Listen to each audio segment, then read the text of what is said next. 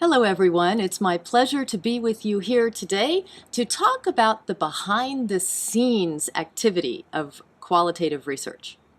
This is the activity that takes place between chapters 3 and 4 of your dissertation and between sections called methods and procedures in articles and the results section.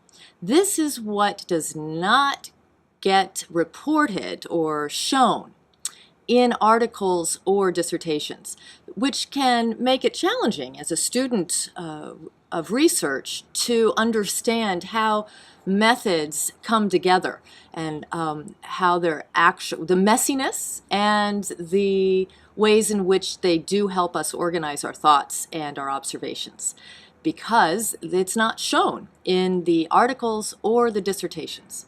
However, these behind-the-scenes activities are very carefully documented behind the scenes, and files are kept containing all of the raw data, all of our raw field notes, our memos, even our scribbles on napkins or on whiteboards. Photographs of those scribbles are taken to show the thought process that led to the results section of articles and dissertations, and to prove that we did, in fact, use the methods we said we would use or that we said we did use.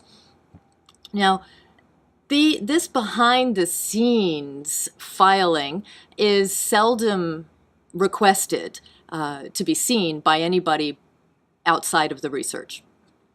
However, it is helpful to have for your own reference if you want to do further study into the topic, or if there is a need to substantiate your process, to show that you did indeed perform what you said you would perform in case the results are disputable. So without further ado, let's go behind the scenes and look at what happens between chapters 3 and 4 of your dissertation. You've said what you're going to do and how you're going to do it, and now you're doing it. Well, what does that mean? Well, I like to think of it as the gatekeeper. You are the gatekeeper. As you are analyzing your data, collecting it and then analyzing it, you are determining what data, what forms of data to bring in, and what kinds of patterns to look for in it.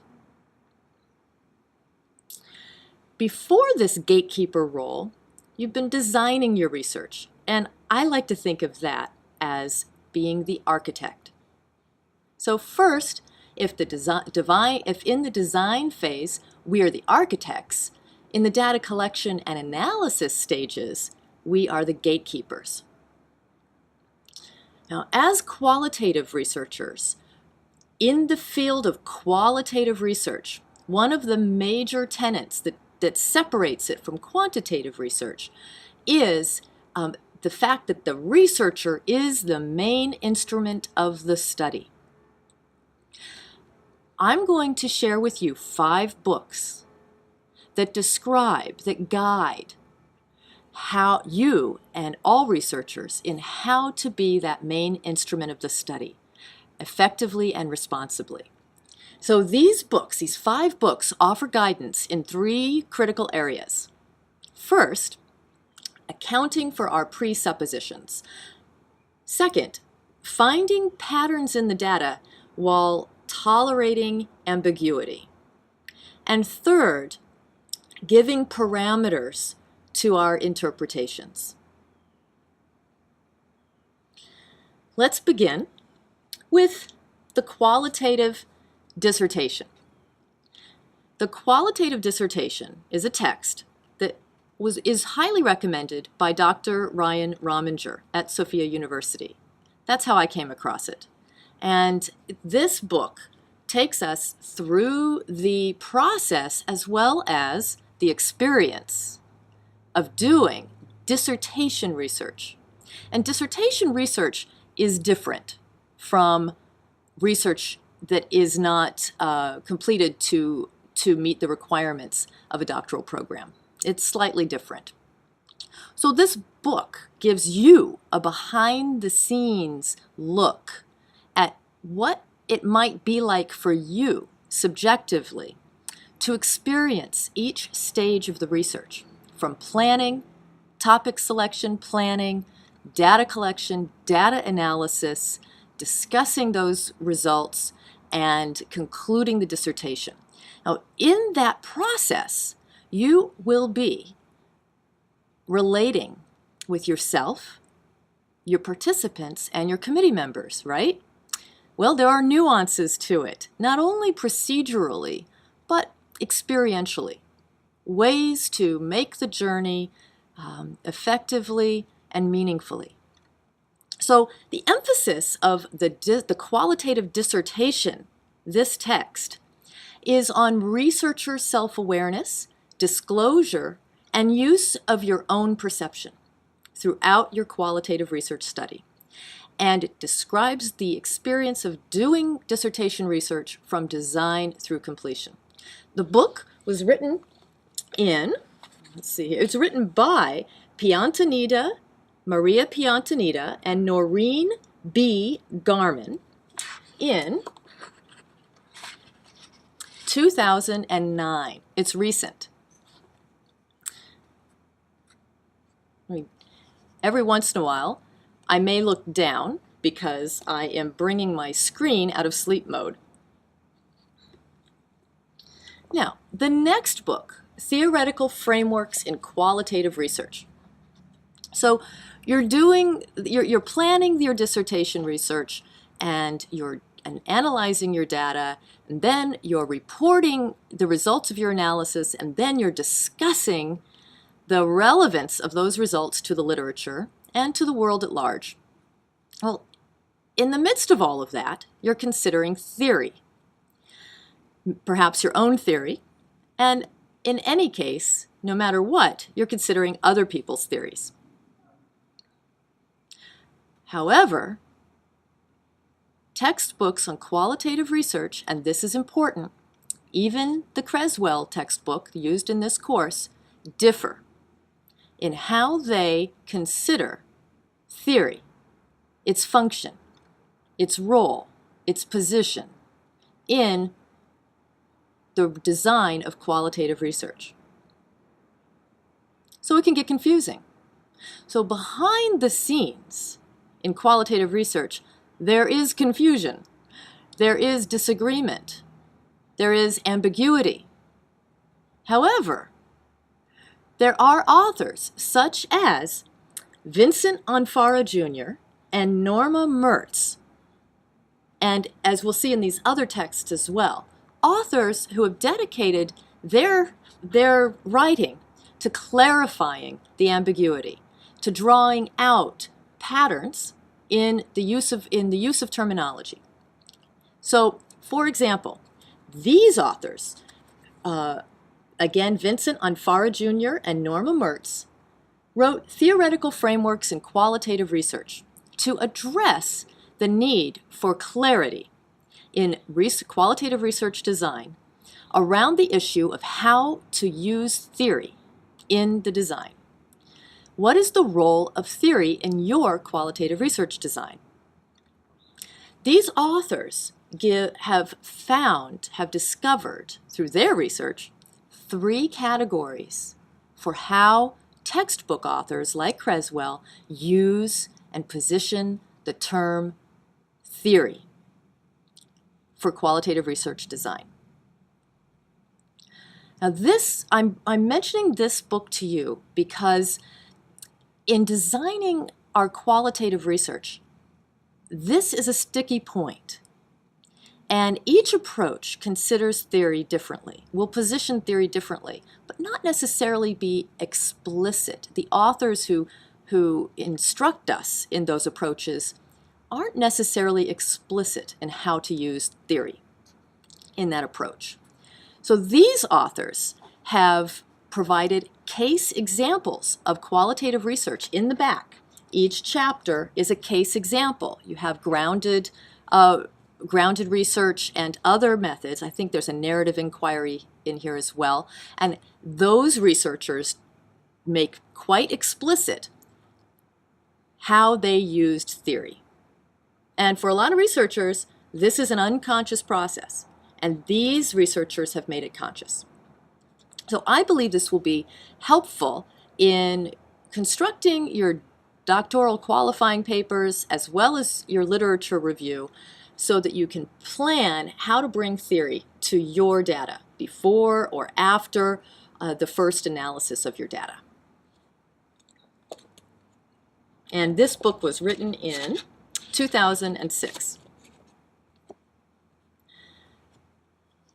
So now moving from the planning to the doing phase. Again, this is what happens between chapters 3 and 4 of your dissertation, between your methods and procedural description to the description of your results. Well, how did you get to the results? What were the nuts and bolts? This book, Transforming Qualitative Information, describes the process of taking raw data, processing it through you as the main instrument, the filter, and then by that process delivering visible patterns to the reader. Now, qualitative research works with words, and words said by participants can be taken to mean many things by listeners, and words can hold a lot of meaning for the participant, a lot more than one word or 3 words could literally convey. So there's a latent dimension to data analysis. There's a manifest where it's apparent, it's an obvious thing that's happening in the data, and there's a latent, and that's where you're bringing your interpretation to the data. Well, transforming qualitative information explains that thematic analysis is used in many fields and research approaches. Thematic analysis is this process of finding patterns in the data. Now, at seminar, you may recall, I described the P in PhD as for me, as representing the word pattern. I know it's part of the word philosophy, but practically, it's pattern. And pattern recognition is what we do. It's really what any researcher does, qualitative or quantitative. It's what we do. We find patterns that are meaningful to our question. So regarding the skill of pattern recognition, and remember, this is behind the scenes. Your reader does not see this happening. But these are skills and traits that you need to have, that any researcher needs to have, in order to perform thematic analysis effectively and ethically, responsibly.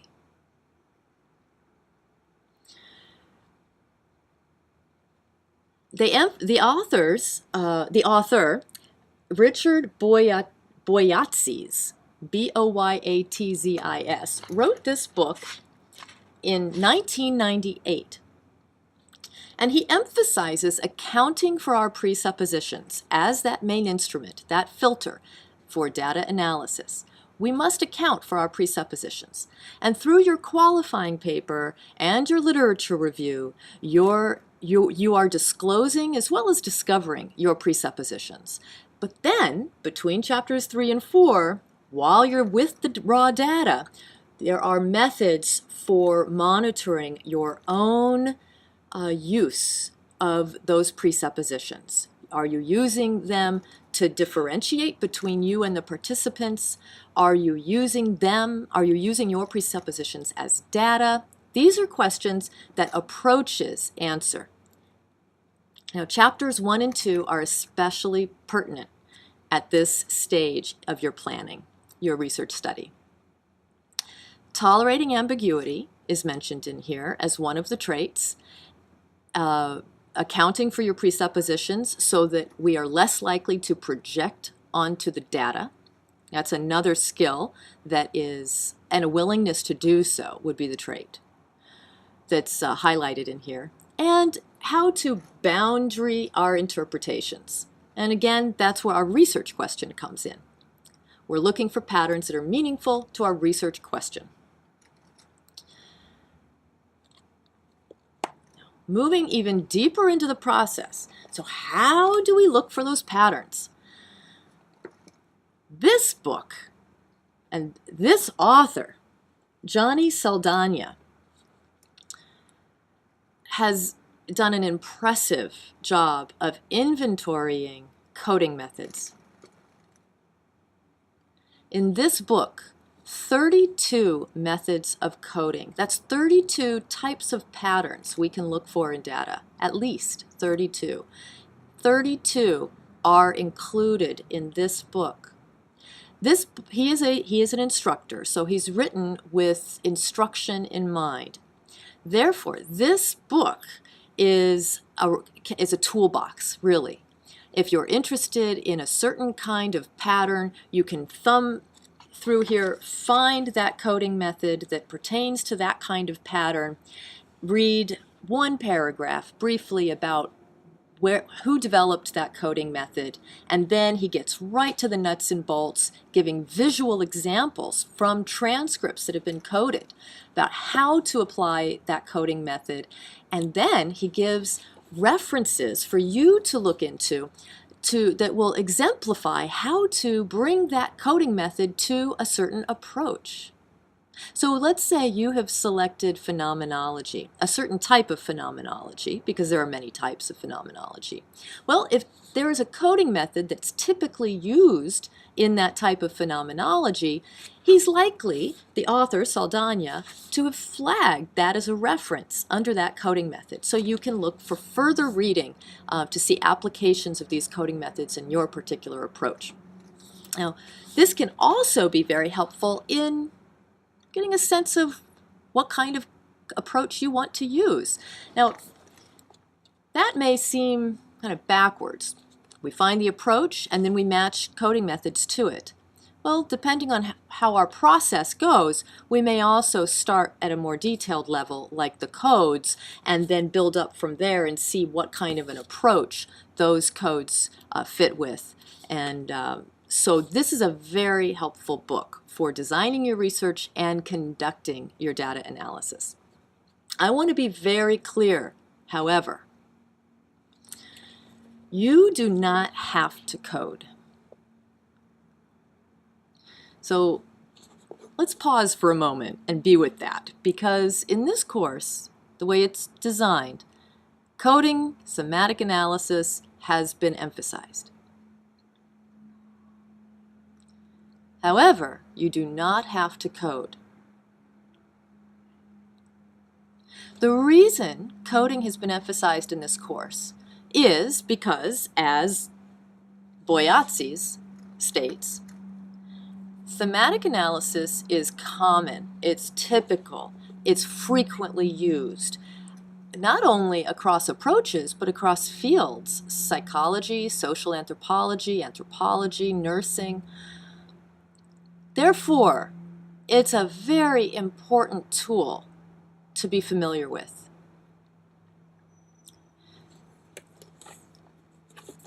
So, Saldana is an indispensable reference for 32 coding methods. He explains and demonstrates the methods and gives you references to follow up with to see how those coding methods match your approach. Now, there's one more level of depth I'd like to take us into behind the scenes. As transpersonal researchers, we are likely to experience ways of knowing in response to the data and in response to the topic we're studying. Ways of knowing that are non-linear, non-rational, that are holistic, that come to us at a more sensory level, an intuitive level, a level that can be hard to articulate, challenging to articulate. And nevertheless, it's a level, it's a way of knowing, it's a dimension. That's better than level. It's a dimension of the topic or of the data that we're perceiving. whether or not it's based on our own experience or the participant's experience. We're perceiving it, and we can use it to inform our research, whether we use it as data, whether we use it to interpret the research, or any other possible use. It's there. We're present to it. And this book, Transpersonal Knowing, Exploring the Horizon of Consciousness, is a compilation. It's edited by Tobin Hart, Peter Nelson, and Kaisa Puhaka. And this is a classic text in the field of transpersonal psychology, written in 2000. These ways of knowing can occur at any stage of your research, and some approaches formally invite these ways of knowing, such as intuitive inquiry. You can adapt any approach, though, to include these ways of knowing, and you can bring these ways of knowing into your design at any stage. So when you design your research and propose it, you can account for the possibility of experiencing transpersonal knowing. You can put it in your methods section as a possibility for any stage of the research and how you will use that transpersonal knowing, or at least account for it. So regarding analysis, these ways of knowing can be used to separate your impressions of the data from your participants' impressions. You can use these ways of knowing as data, and you can also wait until the end when you wrap up your research and you write your discussion and say, how is this relevant? How are these results relevant to theory and to the world? Well, you can include your ways of knowing in that discussion if you choose to. However, you will need to include this in your methods section if you plan to do that.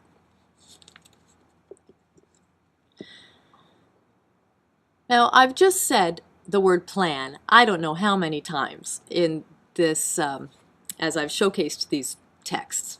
However,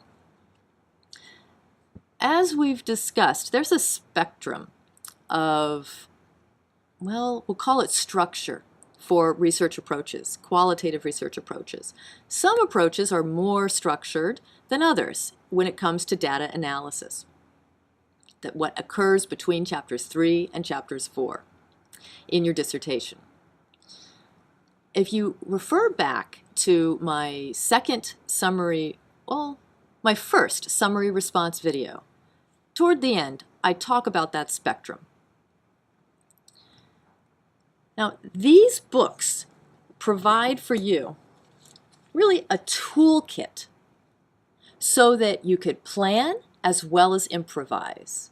I highly recommend especially Saldanha's book, because improvisation is aided by familiarity with your options.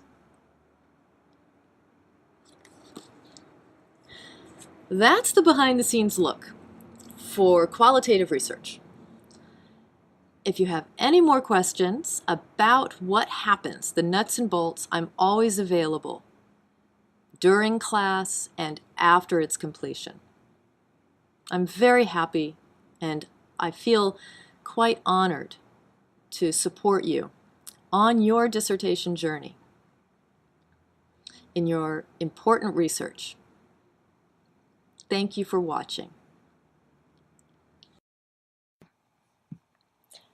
What connects teachers with learners and teachers and learners with the future? Teaching and learning can take two routes. One route reinforces the self-image. The other route helps us transcend our preconceived notions of who and what we are and of what we can do, to go beyond our limits, to serve the highest good of others and ourselves. This is the realm of transformative teaching and learning, and it can occur with any topic. So, what can connect teachers and learners is the desire to become the best expression of what we value.